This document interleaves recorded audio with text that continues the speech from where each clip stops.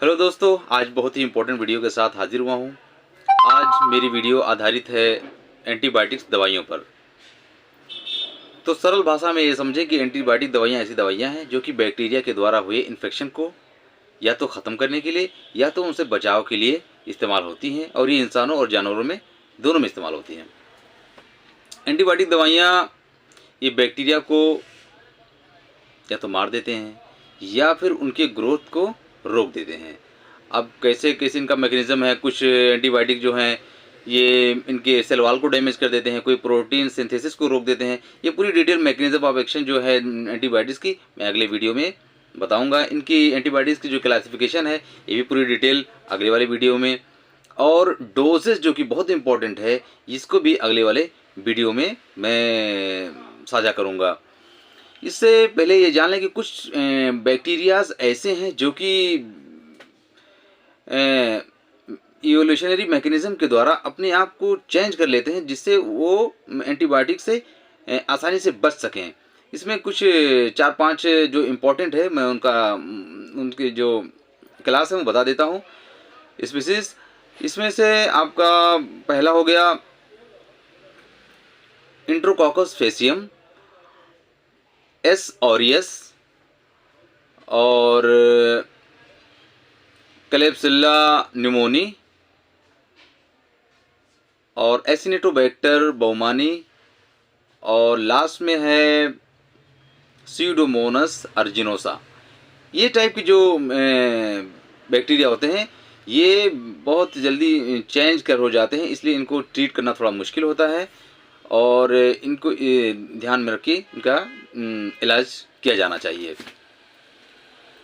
इससे पहले कि डिटेल में और जाएं, मैं कुछ चीज़ें बात कर लेना चाहता हूं, ताकि दवाइयां जो एंटीबायोटिक दवाइयां हैं जो कि बहुत ज़्यादा मिसयूज़ होती हैं और उसको मिसयूज़ ना हो पाए एंटीबायोटिक दवाइयां, उसमें कुछ चीज़ें मैं अभी लिख के लाया हूं। ये बहुत ज़रूरी है, इसको जान लेना बहुत ज़रूरी है।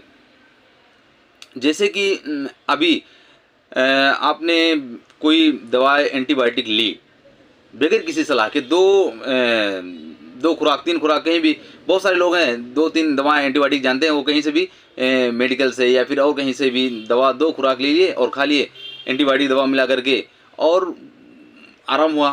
फिर कैसे हुआ कि आपने किसी को प्रेस किया, किसी को जैसे आपने सुला दिया फिर वो जागेगा, कि वो सुला दिया फिर वो जागेगा, कि वो पूरी तरह ट्रीट नहीं होता, पूरी तरह से बैक्टीरिया ख़त्म नहीं होती है, बैक्टीरिया ख़त्म नहीं होता पूरी तरह से, इसलिए वो फिर सुपर बैक्टीरिया बन के निकलता है। फिर वो जो आपने एंटीबायोटिक दवाइयाँ दी हुई हैं, अभी मेडिकल काउंसिल की तरफ से रिपोर्ट आई थी कि बच्चों में जो कई सारे एंटीबायोटिक्स हैं जो कि बच्चों पे हैं वो नहीं काम कर रही हैं, क्योंकि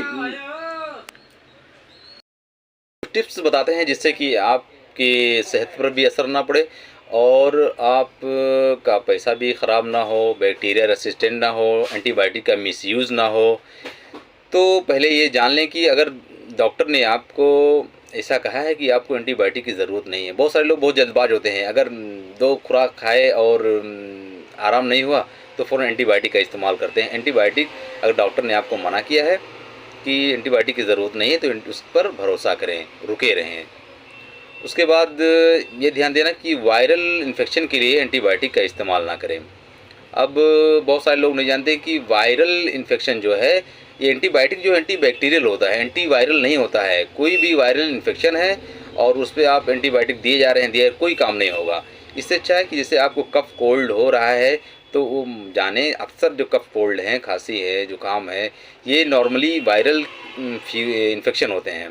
तो इसमें बैक्टीरिया वाले इन्फेक्शन नहीं होते हैं जिससे कि एंटीबायोटिक दिया जाए।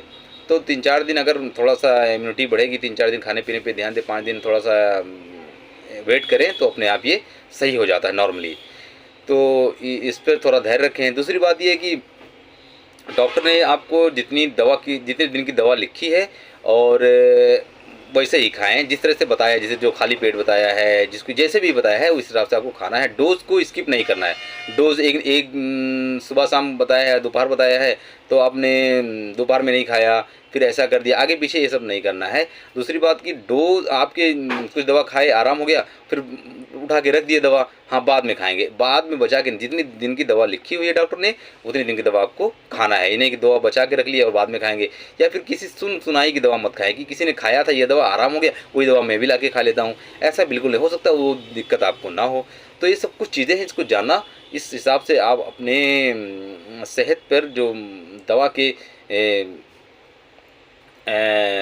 बुरे असरात हैं उससे बच सकते हैं। इसलिए अपने मर्ज़ी से दवा का इस्तेमाल ना करें, और चाहे जहाँ से दवा भी ना ले लें, जो डॉक्टर है उस हिसाब से उनसे सलाह लेकर के ही दवा खाएं।